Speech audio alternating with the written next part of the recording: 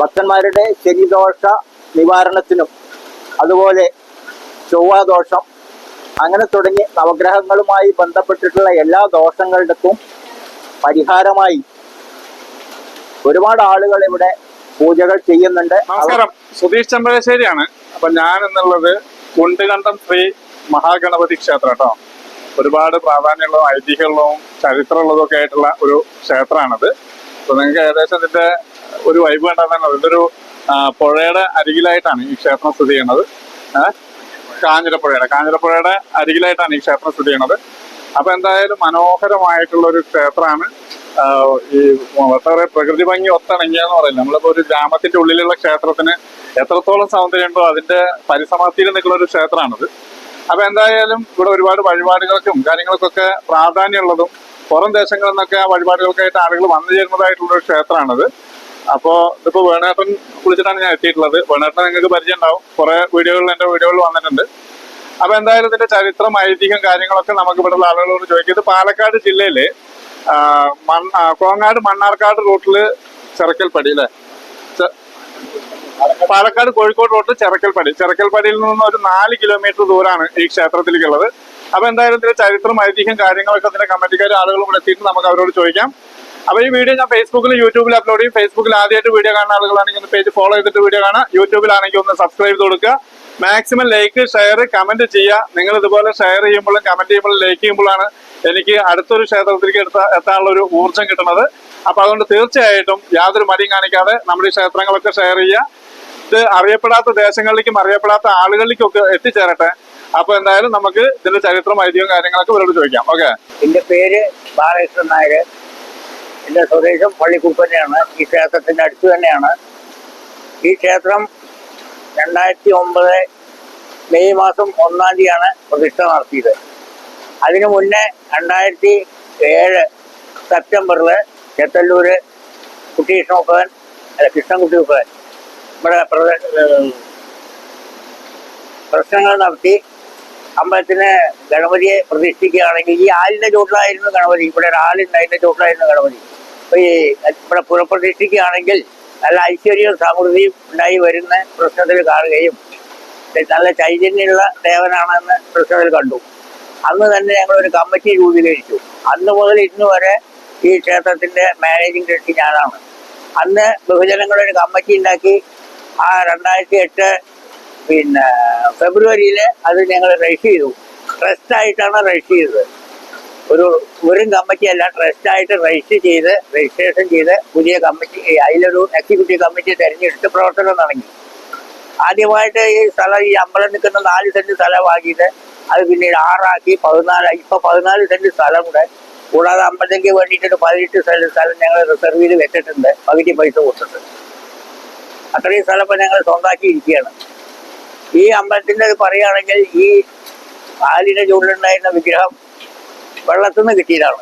ഇവിടെ അടുത്ത് പുഴയുടെ അക്കരെ തച്ചമ്പാറ ദേശത്തുള്ള ഒരു വീട്ടുകാരെ ആരാധിച്ചിരുന്ന ഒരു ദൈവം, അതിനെ വിഘ്നേശ്വരൻ, അതിനെ അവർക്ക് കൊണ്ടു നടക്കാൻ കഴിയാതെ വന്നപ്പോൾ പ്രശ്നവിചാരണത്തില് പറഞ്ഞത് അതിനെ ഒഴുകുന്ന വെള്ളത്തിൽ കൊണ്ടുപോയിടാന്ന് പറഞ്ഞു.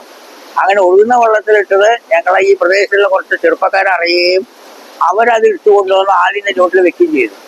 അതിനെയാണ് ഞങ്ങൾ പുനഃപ്രതിഷ്ഠ നടത്തിയിട്ട് ഈ അമ്പലം നിർമ്മിച്ചത്. കൂടാതെ ഇവിടെ വിഷ്ണു, അയ്യപ്പൻ, ദേവി, ഈ എല്ലാ പ്രതിഷ്ഠകളും പറയുന്നത്. ദേവിയുടെ പ്രതിഷ്ഠ ഉണ്ടായിരുന്ന ആ വീട്ടില്, അല്ല ഗണപതിയുടെ പ്രതിഷ്ഠ ഉണ്ടായിരുന്ന വീട്ടില് ദേവിയുടെയും കൂടി വിഗ്രഹം ഉണ്ടായിരുന്നുകൊണ്ട് അന്നേ പ്രശ്നത്തിൽ പറഞ്ഞിരുന്നു ഈ 4 പ്രതിഷ്ഠ ഇവിടെ വേണമെന്നുള്ളത്. അങ്ങനെ ആ 4 പ്രതിഷ്ഠയോട് കൂടിയിട്ട് 2009 മെയ് 1-ന് അമ്പലം തുടങ്ങിയത്. അതിൻ്റെ ശേഷം ഇന്ന് വരെ ഞങ്ങൾക്ക് വലിയ പ്രശ്നമൊന്നുമില്ലാതെ മുന്നോട്ട് പോകാൻ സാധിച്ചിട്ടുണ്ട്. ജനങ്ങളുടെ നല്ല സഹകരണമാണുള്ളത്. ബഹുജന സഹകരണം കൊണ്ടാണ് ഞങ്ങളിപ്പോൾ ഈ നിലയിൽ എത്തിയിട്ടുള്ളത്. ഇപ്പോൾ 18, 14, 32, 33 സെന്റോളം സ്ഥലമുണ്ട്. ഈ അമ്പലം ജനങ്ങളുടേതാണ് അമ്പലം. ശരിക്കും എല്ലാ ജനങ്ങളുടെയും സംഭാവന കൊണ്ട്, ജാതി മത വ്യത്യാസം ഇല്ലാതെ എല്ലാവരെയും സംഭാവന കൊണ്ടാണ് ഇപ്പോഴും ഇത് നടന്നുകൊണ്ടിരിക്കുന്നത്. ഞങ്ങൾക്ക് ദേവസ്വം ബോർഡിന്റെ സഹായം കിട്ടിയത്. ഗുരുവായൂർ ദേവസ്വം ബോർഡ് 1,40,000 രൂപ ഞങ്ങളെ സഹായിച്ചു. അതുകൊണ്ടാണ് ഞങ്ങൾ റൂട്ട് വരെ ഇപ്പൊ നിർമ്മിച്ചിട്ടുണ്ട്. അതിന്റെ പണി കഴിഞ്ഞിട്ടൊന്നുമില്ല. പിന്നെ അത് കൂടാതെ ഈ ക്ഷേത്രമുറ്റം മുഴുവൻ കരിങ്കല്ല് പതിക്കാനും ഈ നടപ്പുര കെട്ടാനും ആയിട്ട് മലബാർ ദേവസ്വം ബോർഡ് 2,40,000 റുപ്യ മലബാർ ദേവസ്വം ബോർഡും ഞങ്ങൾക്ക് സംഭാവനകളുണ്ട്. കൂടാതെ ഈ മനസ്കരായിട്ടുള്ള ജനങ്ങൾ വളരെയധികം സംഭാവനകൾ തന്നിട്ടും മാസവരി പിരിച്ചിട്ടും അങ്ങനെ ഞങ്ങളൊരു നല്ല നിലയിൽ ഇപ്പോൾ പോയിക്കൊണ്ടിരിക്കുന്നുണ്ട്. പക്ഷെ ഞങ്ങൾക്ക് കൂടുതൽ ജനങ്ങൾ ദേവസ്വങ്ങളുടെ സഹായം തന്നാലേ ഞങ്ങൾക്ക് നിലനിൽപ്പുള്ളൂ. പിന്നെ കൂടാതെ ഞങ്ങളുടെ ഈ ക്ഷേത്രത്തിന് മുന്നിൽ കൂടെ പറഞ്ഞപ്പോൾ പറയാമെന്ന്, ക്ഷേത്രത്തിന് മുന്നിൽ കൂടെ ഒരു പാലത്തിന് 2016 ജൂലൈയിൽ അനുമതി കിട്ടിയതാണ്. അന്നത്തെ ഇപ്പോഴത്തെ സർക്കാരിൻ്റെ ആദ്യത്തെ കൊല്ലത്തെ ബഡ്ജറ്റിൽ ഞങ്ങൾക്ക് അനുമതി കിട്ടിയതാണ്. അത് ഇതുവരെ നടപ്പിലായിട്ടില്ല. മന്ത്രി വന്ന് ഉദ്ഘാടനം വരെ കഴിഞ്ഞതാണ്. ഇപ്പോഴും അത് കടലാസിൽ തന്നെയാണ് പാലം. ഈ ക്ഷേത്രത്തിന് നേരെ മുൻവശമാണ്. അത് നടന്നു കിട്ടുകയാണെങ്കിൽ ഞങ്ങൾക്ക് നല്ല പുരോഗതി ഉണ്ടാക്കാൻ ഈ അമ്പലത്തിൽ സാധിക്കും. ഈ പ്രദേശം തന്നെ ആകെ മാറി കിട്ടും. പക്ഷെ അതിന് സർക്കാരിൻ്റെ ഒരു അനുഭാവപൂർവമായ മനസ്സിലേക്ക് വേണം. എന്നാലേ ഞങ്ങൾക്ക് ഇത് മുന്നോട്ട് കൊണ്ടുപോകാൻ സാധ്യമാവും. ഈ പ്രദേശത്ത് തന്നെ ആ പാലം വന്നാലാണ് മിച്ചം കിട്ടുള്ളൂ. പിന്നെ ഞങ്ങളുടെ ഒരു കമ്മിറ്റി ഉണ്ട്. ജനങ്ങളുടെ ആൾക്കാർ ഈ ട്രസ്റ്റ് ബോർഡ് മെമ്പർമാരെയും കൂട്ടിയിട്ട് ഒരു കമ്മിറ്റി ഉണ്ട്. 15 മെമ്പർമാരുടെ ഒരു കമ്മിറ്റി ഉണ്ട്. ആ കമ്മിറ്റിയാണ് ഇപ്പോൾ പ്രശ്നം എല്ലാവരും നടത്തിക്കൊണ്ടിരിക്കുന്നത്. കൊല്ലത്തിലൊരു തവണ പ്രതിഷ്ഠാദിനം ഞങ്ങൾ 3-4 ദിവസം ആഘോഷിക്കും. അതാണ് ഉത്സവമായിട്ട് നടത്തുന്നത്. കാരണം കൊടിമരവും ബലിക്കല്ലും ഒന്നും ഇല്ലാത്തതുകൊണ്ട് അതൊരു ഉത്സവമായിട്ട് ഞങ്ങൾ നടത്തുകയാണ് എല്ലാ കൊല്ലവും. മേടമാസത്തിലെ പൂയ നാളിൽ എല്ലാ കൊല്ലവും അത് നടത്തുന്നുണ്ട്. പിന്നെ മറ്റുള്ള ആഘോഷങ്ങൾ വിനായക ചതുർത്ഥി, അഷ്ടമിരോഹിണി, പിന്നെ മണ്ഡലം 41 ദിവസം നെയ്യഭിഷേകം അയ്യപ്പന്, കർക്കിടക മാസം എല്ലാ ദിവസവും ത്രികാല പൂജ, മകരവിളക്ക്, എല്ലാ ആഘോഷങ്ങളും ഒരുവിധം ഇവിടെയുള്ള ഉപദേവന്മാരെ സംബന്ധിച്ചിടത്തോളമുള്ള പിന്നെ ഗണപതിയെ സംബന്ധിച്ചുള്ള എല്ലാ ആഘോഷങ്ങളും വിജയദശമിക്ക് 10 ദിവസത്തെ ദേവി മഹാത്മ്യ പാരായണം ദേവി ഭാഗവതം നവാഹം നടന്നിട്ടുണ്ട് ഇവിടെ. ദേവി ഭാഗവതത്തിന് നവാഹം വായന 9 ദിവസത്തെയും 10ാമത്തെ ദിവസം ദശമി. അങ്ങനെ 4 കൊല്ലം കഴിഞ്ഞപ്പോൾ ഇക്കൊല്ലം 5ാമത്തെ കൊല്ലമാണ് വരുന്നത്. അതിന് കാര്യമായിട്ട് ജനങ്ങളുടെ സഹായങ്ങളെ കൊണ്ടുതന്നെ ഇതെല്ലാം നടന്നത് ജനങ്ങളുടെ സഹായമാണ്. ഇവിടുത്തെ നടവരുമാനം കൊണ്ട് ഇവിടുത്തെ ചെലവുകൾ കഴിഞ്ഞ് പോകുന്നു മാത്രം. ഇവിടുത്തെ മറ്റുള്ള പുരോഗതിയായിട്ടുള്ള സ്ട്രക്ചേഴ്സ് എന്തെങ്കിലുമൊക്കെ നിർമ്മിക്കണമെങ്കിൽ ജനങ്ങളുടെ സംഭാവന തന്നെ കിട്ടണം. അങ്ങനെയാണ് ഇപ്പോൾ ഞങ്ങൾ മുന്നോട്ട് പോയിരിക്കുന്നതാണ്. ഞങ്ങളെ ഇതുവരെ സഹായിച്ച, ഞങ്ങൾക്ക് മാർഗനിർദ്ദേശങ്ങൾ തന്ന എല്ലാവർക്കും നന്ദി അറിയിക്കുകയാണ്. ഇനി ആരെങ്കിലും പറയാം. നമസ്കാരം, ഞാൻ KC വേണുഗോപാൽ. ഈ വീഡിയോ ഈ ക്ഷേത്രത്തിന് മുന്നിൽ വെച്ച് കൊടുക്കുവാൻ ഉണ്ടായ പ്രത്യേക സാഹചര്യമുണ്ട്. എന്താണെന്ന് വെച്ചാൽ, ഞാൻ കൊളപ്പമണ്ണ ദേവസ്വം മലബാർ ദേവസ്വം ബോർഡിൻ്റെ കീഴിൽ 28ഓളം ക്ഷേത്രങ്ങളുടെ എക്സിക്യൂട്ടീവ് ഓഫീസറാണ് ഞാൻ.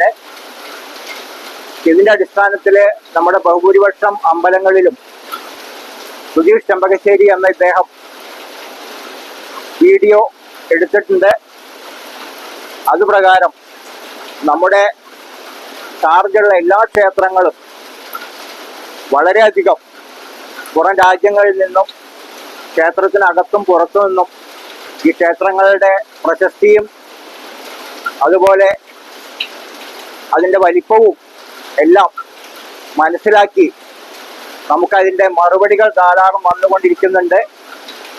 പല സ്ഥലങ്ങളിൽ നിന്നും നമ്മുടെ ഈ ക്ഷേത്രങ്ങളിലേക്ക് പല ആവശ്യങ്ങൾക്കായി വഴിപാടുമായി ബന്ധപ്പെട്ടും പല കാര്യങ്ങളും ആവശ്യങ്ങളായിട്ട് ധാരാളം ഭക്തരെ വിളിച്ചുകൊണ്ടിരിക്കുന്നുണ്ട്.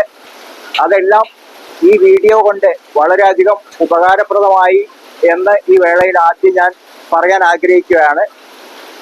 അതിൻ്റെ അടിസ്ഥാനത്തിലാണ് പള്ളിക്കുറുപ്പ് പ്രദേശത്തെ ഒറ്റപ്പെട്ട് കിടക്കുന്ന ഈ കുണ്ടുകണ്ടം പ്രദേശത്ത് ഒരു കാലത്ത് ഇവിടെ ക്ഷേത്രമോ ഇവിടെയുള്ള ഭക്തന്മാർക്ക് ആരാധിക്കാനോ ഒന്ന് തൊഴുകാനോ ഉള്ള സൗകര്യം ഉണ്ടായിരുന്നില്ല. അതിനെല്ലാം പള്ളിക്കുറുപ്പ് ശ്രീ മഹാവിഷ്ണു ക്ഷേത്രത്തിലോ 2 കിലോമീറ്റർ അപ്പുറത്തുള്ള ശാസ്ത്രമംഗലം ക്ഷേത്രത്തിലോ പോകേണ്ട സ്ഥിതിയാണ് ഉണ്ടായിരുന്നത്.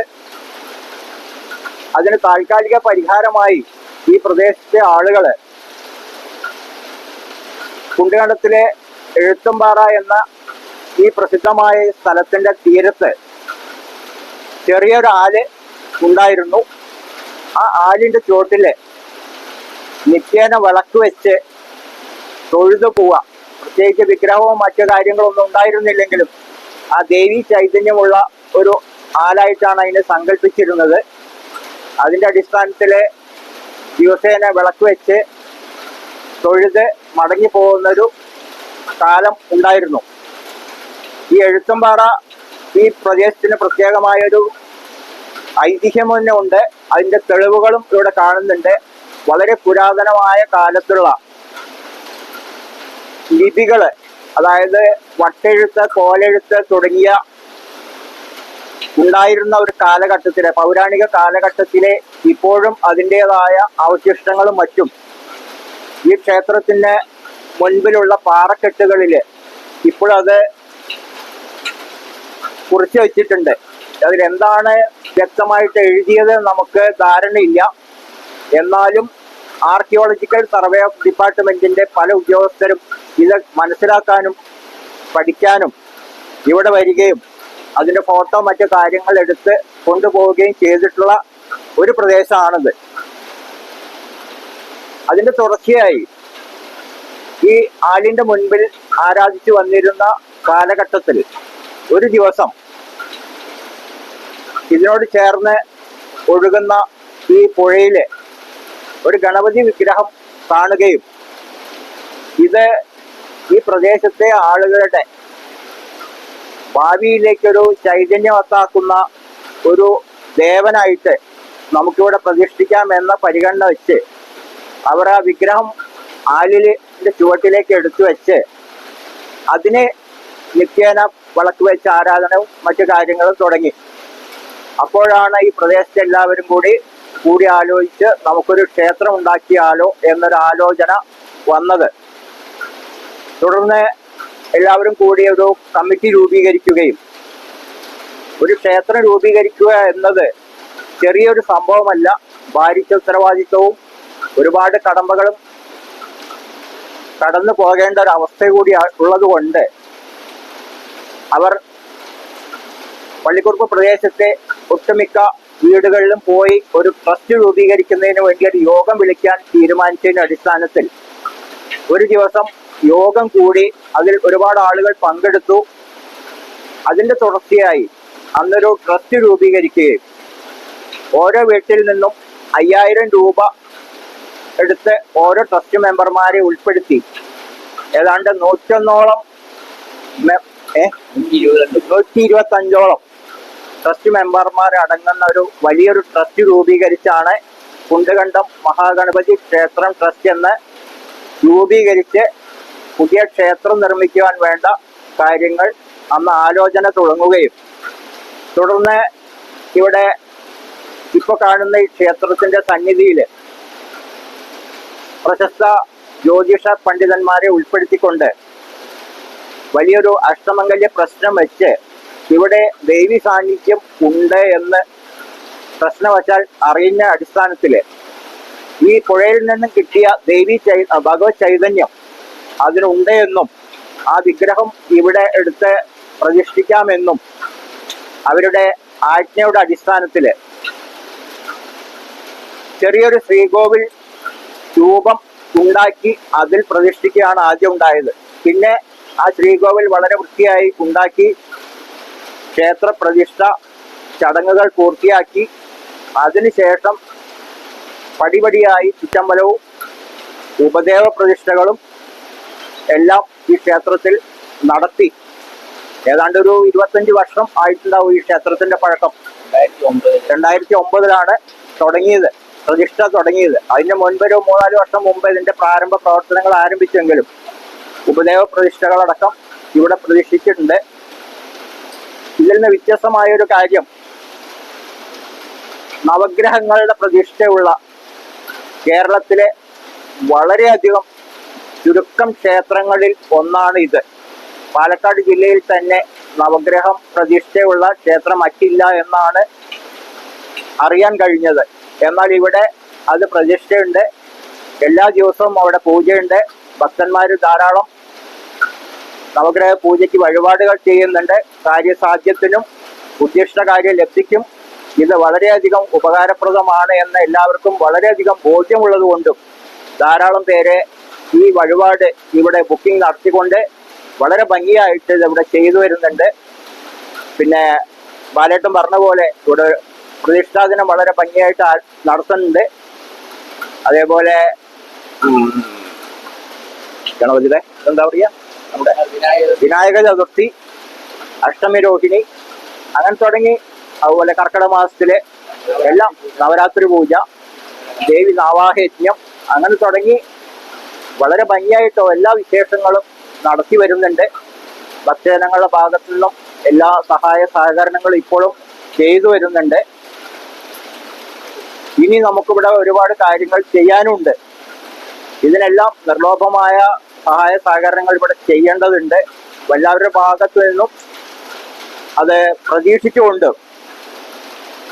അതോടൊപ്പം തന്നെ നമ്മുടെ ഈ ക്ഷേത്രത്തിന്റെ ഒരുപാട് വികസന സാധ്യതകളുള്ള ക്ഷേത്രമായതിനാൽ ഇവിടെ ഒരു നടപ്പാലം ബാലേട്ടൻ പറഞ്ഞ പോലെ ഉണ്ടായിരുന്നു. 2019 പ്രളയത്തിൽ അത് ഒലിച്ചുപോയി. അതോടുകൂടെ ഈ ക്ഷേത്രം ഇതിനോട് മറുകരയുള്ള പ്രദേശവുമായി ബന്ധങ്ങൾ വിച്ഛേദിക്കുകയും നമുക്ക് ഒറ്റപ്പെട്ട ഭാഗമായി ആ പ്രദേശത്ത് ധാരാളം ആളുകൾ ഈ പ്രദേശത്തേക്ക് വന്നിരുന്നതാണ്. അതെല്ലാം ഇപ്പോൾ നഷ്ടപ്പെട്ടു. 16 മുതൽക്ക് ഇവിടെ പുതിയ പാലത്തിന് അനുമതി സർക്കാരിന്റെ ഭാഗത്തു നിന്ന് ഉണ്ടായെങ്കിലും ഇതുവരെ അതിന്റെ യാതൊരുവിധ നടപടിയും പൂർത്തിയായിട്ട് കാണുന്നില്ല. MLA മുതൽക്ക് മന്ത്രി മുതൽക്ക് ഇവിടെ വന്ന അതിന്റെ തറക്കല്ലിടൽ എല്ലാ കാര്യങ്ങളും ചെയ്തു പോയെങ്കിലും മറ്റു നടപടികളൊന്നും പൂർത്തിയാവാതെ ഇപ്പോഴും പാലത്തിന്റെ പണി അനിശ്ചിതത്വത്തിലാണ്. ഈ വീഡിയോ ഈ ക്ഷേത്രത്തിന്റെ ഒരു ആവശ്യകത കൂടി പരിഗണിച്ച് കേരള സർക്കാർ അതിന്റെ ഉത്തരവാദപ്പെട്ട ആളുകളും PWDയുടെ ബന്ധപ്പെട്ട ആളുകളും ഈ ആവശ്യം പരിഗണിക്കണമെന്നും അടിയന്തരമായി കുണ്ടുകണ്ടം എഴുത്തമ്പാറ കടവിൽ പാലം നിർമ്മിച്ച് മറുകരയുള്ള അരപ്പാറ പ്രദേശത്തുള്ള ആളുകൾക്കും ഈ പ്രദേശത്തുള്ള ആളുകൾക്കും പുറം ലോകവുമായി ബന്ധപ്പെടാനുള്ള സൗകര്യം അടിയന്തരമായി ഉണ്ടാക്കി തരണമെന്നും ഈ വീഡിയോയിലൂടെ ഒരു അഭ്യർത്ഥനയായി പരിഗണിക്കണമെന്നും ഞാൻ അപേക്ഷിക്കുകയാണ്. ഇതിന്റെ ഇവിടുത്തെ മറ്റു വിശേഷങ്ങളും നിത്യപൂജ വഴിപാടുകൾ ഇതുമായി ബന്ധപ്പെട്ട കാര്യങ്ങളെല്ലാം നമ്മുടെ ക്ഷേത്രത്തിലെ മേശാന്തി തൊട്ടടുത്തുണ്ട്. അദ്ദേഹം അതിന്റെ എല്ലാ വിവരങ്ങളും പറയും. എല്ലാവർക്കും നന്ദി, നമസ്കാരം. ഈ ക്ഷേത്രത്തിലെ മേൽശാന്തിയാണ്. പേര് ജയപ്രകാശ്. ക്ഷേത്രത്തിലെ ശാന്തി 2 വർഷമായിട്ട് ഇവിടെ ജപം ചെയ്തിട്ട് ഇവിടെ പ്രധാന വഴിപാടായിട്ട് ഒറ്റപ്പം കഴിക്കാറുണ്ട്. ഭഗവത് സേവ മാസത്തിലൊരിക്കൽ കഴിക്കാറുണ്ട്. അതുമാതിരി തന്നെ നവഗ്രഹ പൂജ, ഇതെല്ലാം പ്രധാന വഴിപാടുകളാണ്.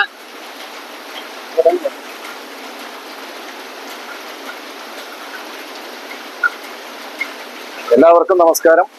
ഞാൻ മുരളീധരൻ വീട്ടിക്കാട്, ഈ കുണ്ടുകണ്ടം ശ്രീ മഹാഗണപതി ക്ഷേത്രം ട്രസ്റ്റിന്റെ സെക്രട്ടറിയാണ്.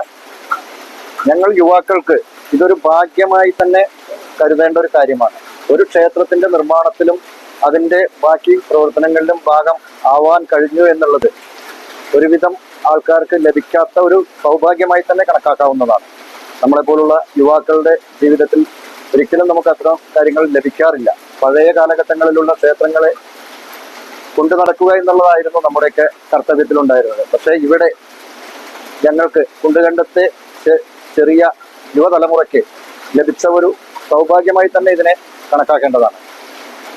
അതുപോലെ തന്നെ വളരെ ചെറിയ ഒരു പ്രോഗ്രാമായി ആരംഭിച്ച ഈ ക്ഷേത്രം ഇന്ന് ഈ രൂപത്തിൽ മുൻപിലും ദേവിക്കുമെല്ലാം നടപ്പന്തലും ബാക്കി തിരുമുറ്റമെല്ലാം കട്ട വിരിച്ച് ചെറുതെങ്കിലും സൗകര്യപ്രദമായ ഒരു ഊട്ടുപുരയും നിർമ്മിച്ച് അതിൻ്റെ വളർച്ചയുടെ സൗഭാഗ്യ കാലഘട്ടത്തിലൂടെ നീങ്ങിക്കൊണ്ടിരിക്കുകയാണ്. അതിന് എല്ലാ ഭക്തജനങ്ങളുടെയും നിർലോഭമായ സഹകരണം, സജീവമായ സാന്നിധ്യവും ഇവിടെ ലഭിച്ചിട്ടുണ്ട്. അതിനെല്ലാവരോടും ആദ്യമായി നന്ദി അറിയിച്ചുകൊള്ളുന്നു. അതോടൊപ്പം ഇനിയും ഒരുപാട് വളർച്ചകൾ ബാക്കിയുണ്ട്. അതിലേക്ക് എല്ലാവരുടെയും സഹായങ്ങളും സഹകരണങ്ങളും അതോടൊപ്പം പുറം നാടുകളിൽ നിന്നുള്ള ആളുകളുടെ പോലും സജീവമായ സാന്നിധ്യവും ഈ ക്ഷേത്രാങ്കണത്തിലേക്ക് ഉണ്ടാകണമെന്ന് വിനയപൂർവ്വം അഭ്യർത്ഥിച്ചുകൊള്ളുന്നു. അതോടൊപ്പം എല്ലാ മാസവും 30 ആഴ്ചകൾ ഞായറാഴ്ച രാവിലെ നവഗ്രഹ പൂജ, സമ്പൂർണ്ണ നാരായണീയ പാരായണം, അതോടൊപ്പം എല്ലാവർക്കും പ്രഭാത ഭക്ഷണം നമ്മളിവിടെ നടത്തിക്കൊണ്ടിരിക്കുന്നുണ്ട്. 30 ചൊവ്വാഴ്ച വൈകുന്നേരം ഭഗവത് സേവ, അതോടൊപ്പം ചുറ്റുവിളക്ക് നടത്തുന്നുണ്ട്. 30 ബുധനാഴ്ച വൈകുന്നേരം ലളിത സഹസ്രനാമം നടക്കുന്നുണ്ട്. വ്യാഴാഴ്ച രാവിലെ 30 വ്യാഴാഴ്ച രാവിലെ പാൽപായസം, മഹാവിഷ്ണു സഹസ്രനാമം, ബ്രഹ്മരക്ഷസ് പൂജ എന്നിവയും നടക്കുന്നു. 30 വെള്ളിയാഴ്ച രാവിലെ ദേവി മാഹാത്മ്യ പാരായണം, വൈകുന്നേരം ചുറ്റുവിളക്ക്, ഒറ്റപ്പം നടത്തുന്നുണ്ട്. ചതുർത്ഥി നാളിൽ മോദകം നടത്തുന്നു. ആയില്യം നാളിൽ എല്ലാ ആയില്യം നാളിലും ആയില്യ പൂജയും ഇവിടെ നടക്കുന്നുണ്ട്. നാഗപ്രതിഷ്ഠയുണ്ട്, അതിൽ ആയില്യ പൂജയും നടക്കുന്നുണ്ട്.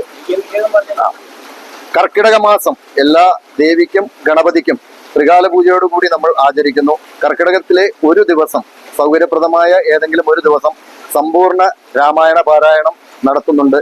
അതുപോലെ കർക്കിടക മാസം മുഴുവൻ ദിവസങ്ങളിലും വൈകുന്നേരം ഭഗവതിക്ക് ഭഗവത് സേവ വളരെ വിസ്തരിച്ചു തന്നെ നമ്മളിവിടെ നടത്തുന്നുണ്ട്. വിനായക ചതുർത്ഥി ദിവസം ഗംഭീരമായി തന്നെ രാവിലെ മഹാഗണപതി ഹോമത്തോടു കൂടി ഗംഭീരമായി തന്നെ വിനായക ചതുർത്ഥി ആഘോഷിച്ചുകൊണ്ടിരിക്കുന്നു. നവരാത്രിക്കാലം 9 ദിവസത്തെ നവാഹം, ദേവി ഭാഗവത യജ്ഞം ഇവിടെ നടത്തുന്നുണ്ട്. കഴിഞ്ഞ 4 വർഷമായി നമ്മൾ വളരെ മനോഹരമായി തന്നെ അതിവിടെ നടത്തിക്കൊണ്ടിരിക്കുന്നുണ്ട്. വിജയദശമി നാളിൽ കുട്ടികൾക്ക് എഴുത്തിനെഴുത്ത്, വാഹന പൂജ എന്നിവ നടത്തിക്കൊണ്ടിരിക്കുന്നു. കന്നിയിലെ ആയില്യ നാളിൽ വിശേഷാൽ ആയില്യ പൂജ ഇവിടെ നടത്തുന്നുണ്ട്. വൃശ്ചിക മാസം മണ്ഡലകാലം 41 ദിവസവും അയ്യപ്പന് നെയ്യഭിഷേകം നടത്തുന്നു. അതോടൊപ്പം മണ്ഡലോത്സവമായി അഷ്ടാഭിഷേകത്തോടുകൂടി 41ാമത്തെ ദിവസം അതിഗംഭീരമായി തന്നെ നമ്മൾ ആഘോഷിക്കുന്നുണ്ട്. വിഷുവിന് വിഷുക്കണിയും നടത്തുന്നുണ്ട്. അതോടൊപ്പം മേടത്തിലെ പൂയം നാളിൽ പ്രതിഷ്ഠാദിനം വളരെ മനോഹരമായി ഗംഭീരമായി തന്നെ 3 ദിവസം നടത്തുന്നുണ്ട്. ഇത്രയാണ് ഈ ക്ഷേത്രത്തിലെ പൂജകളും കാര്യങ്ങളും. ബാക്കി ആർക്കും എല്ലാ വഴിപാടുകൾക്കും വേണ്ടി ഈ ക്ഷേത്രവുമായി ബന്ധപ്പെടാവുന്നതാണ്. 1-2 കാര്യം കൂടി അതിൽ വിട്ടുപോയി. ഇവിടെ ഈ ക്ഷേത്രത്തില് പ്രധാനമായിട്ടുള്ള 2 വഴിപാടുകൾ, ഒന്ന് നവഗ്രഹ പൂജയാണ്, മറ്റത് ഭഗവത് സേവ. ഭക്തന്മാരുടെ ശനിദോഷ നിവാരണത്തിനും അതുപോലെ ചൊവ്വാദോഷം അങ്ങനെ തുടങ്ങി നവഗ്രഹങ്ങളുമായി ബന്ധപ്പെട്ടിട്ടുള്ള എല്ലാ ദോഷങ്ങളുടെക്കും പരിഹാരമായി ഒരുപാട് ആളുകൾ ഇവിടെ പൂജകൾ ചെയ്യുന്നുണ്ട്. അവർക്കെല്ലാം വളരെയധികം അതിൻ്റെ അനുഭവം, ഗുണഫലം അവർക്ക് കിട്ടിയിട്ടുണ്ട്. അതുപ്രകാരം കൂടുതൽ ആളുകൾ നവഗ്രഹ പൂജ ഇവിടെ നടത്തി വരുന്നുണ്ട്. അതേപോലെ തന്നെ ഭഗവതിക്ക് ഭഗവത് സേവ 30 ചൊവ്വ, 30 വെള്ളി, 30 ഞായർ, പിന്നെ ആവശ്യക്കാർക്ക് വഴിപാട് ചെയ്യാവുന്ന പരമാവധി ദിവസങ്ങളിലൊക്കെ ഇവിടെ ചെയ്യുന്നുണ്ട്. അതും വിവാഹ തടസ്സങ്ങള്, ദാമ്പത്യ തടസ്സങ്ങള്, രോഗശാന്തി, അങ്ങനെ തുടങ്ങി എല്ലാ അരിഷ്ടങ്ങൾക്കും പരിഹാരമായി ഭഗവതിയെ സേവിക്കുന്ന പ്രധാനമായിട്ടുള്ളൊരു പൂജയാണ് ഭഗവത് സേവയായിട്ട് ഇവിടെ ചെയ്തു വരുന്നത്. അത് ഒരുപാട് ഭക്തന്മാര് ഇവിടെ ചെയ്തിട്ട് അതിൻ്റെ അനുഭവങ്ങൾ ഇവിടെ വന്ന് പങ്കുവെക്കാറുണ്ട്. ഇത് പരമാവധി എല്ലാ ആളുകളും ഇത് ചെയ്തു വരുന്നുണ്ട്. ഇതെല്ലാം ഈ പ്രദേശത്തുള്ളവരും കേരളത്തിനകത്തും പുറത്തും ഉള്ള എല്ലാവരും ഈ വീഡിയോ കണ്ട് പരമാവധി അവരവരുടെ ബുദ്ധിമുട്ടുകൾ പരിഹാരം കാണാൻ ഈ ക്ഷേത്രത്തിലേക്ക് വിളിക്കേണ്ടതാണെന്ന്, അതിനുള്ള എല്ലാ പരിഹാരങ്ങളും നമ്മുടെ ഈ ക്ഷേത്രത്തിൽ വെച്ച് ചെയ്തു കൊടുക്കുന്നതാണ്.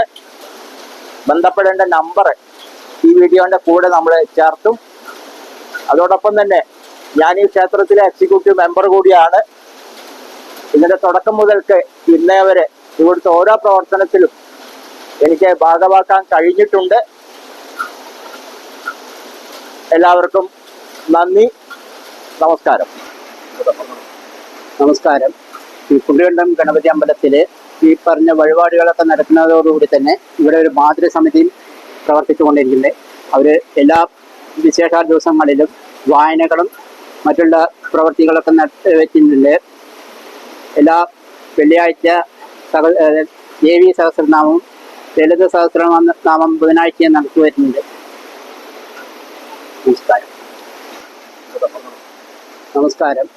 ഈ കുണ്ടികണ്ടം ഗണപതി അമ്പലത്തില് ഈ പറഞ്ഞ വഴിപാടുകളൊക്കെ നടക്കുന്നതോടുകൂടി തന്നെ ഇവിടെ ഒരു മാതൃസമിതിയും പ്രവർത്തിച്ചുകൊണ്ടിരിക്കുന്നത്. അവർ എല്ലാ വിശേഷ ദിവസങ്ങളിലും വായനകളും മറ്റുള്ള പ്രവർത്തികളൊക്കെ വെച്ചിട്ടുണ്ട്. എല്ലാ വെള്ളിയാഴ്ച ദേവി സഹസ്രനാമവും ലളിത സഹസ്രനാമം ബുധനാഴ്ചയും നടത്തി വരുന്നുണ്ട്. നമസ്കാരം. ഞാൻ ഈ അമ്പലം വന്നതിന് ശേഷം ആദ്യം ആലിന്റെ ചോട്ടാണെന്ന് പറഞ്ഞുകൂടെ, അന്ന് മുതലൊക്കെ തൊഴുകാനും വരാനും പ്രാർത്ഥിക്കാനും തുടങ്ങിയതാണ്. അന്ന് എനിക്കറിയാം വലിയ വിദ്യാഭ്യാസമൊന്നുമില്ല. ചെറിയ തോതിലുള്ള ഭജനയും രാമായണവും പാട്ടും ഒക്കെ ഞാൻ ഇവിടെ നടത്താറ് സാധാരണപ്പെട്ടു. അത് ഇന്ന വരെ എത്തുകയും ചെയ്തിട്ടുണ്ട്. അത്രയൊക്കെയാണ് എനിക്ക് പറയാനുള്ള കാര്യങ്ങൾ. പിന്നെ വേറെ പ്രത്യേകമൊന്നും വലിയ പറയാനില്ല. അന്ന് അമ്പലം തുടങ്ങിയാന്ന് മുതൽ ഇന്ന് വരെ ഞാൻ എൻ്റെ ഒപ്പം ഉണ്ട്. അങ്ങനെ അതിന് സഹായിച്ചിട്ടും എന്നെ കൊണ്ട് കഴിയണമാതിരി വലിയ കഴിവുകളാണ്. അറിയാത്ത പാട്ടും അങ്ങനെയുള്ള ഭജനകളും രാമായണങ്ങളും ഒക്കെ ഞാൻ എൻ്റെ കഴിവിനനുസരിച്ച് ഇവിടെ ചെല്ലാനുണ്ട്. ഇതൊക്കെ പറയാറുണ്ട്. ഗുരുവായൂരപ്പ മകപ്രഭുന്നു ഗുരുവായൂരപ്പ കൃഷ്ണ കായാമ്പൂവർണ്ണനാം കൃഷ്ണ ഭഗവാന്റെ മായാവിലാസങ്ങളാക്കൂതൊല്ലാം പണ്ടൊരു കാലം ഗുരുവായൂർ ശാന്തിക്കുണ്ടായിരുന്നൊരു അന്തണേന്ദ്രൻ പുത്രനെ പൂജയ്ക്കങ്ങെത്തിച്ചൊരു ദിനം സത്രംഗമിച്ചേതു ശാർദത്തിനായി എന്നും ഗുരുവായൂരപ്പൻ നൈവേദ്യത്തെ നന്നായി ഭക്ഷിപ്പാറുണ്ടെന്നോർത്തു.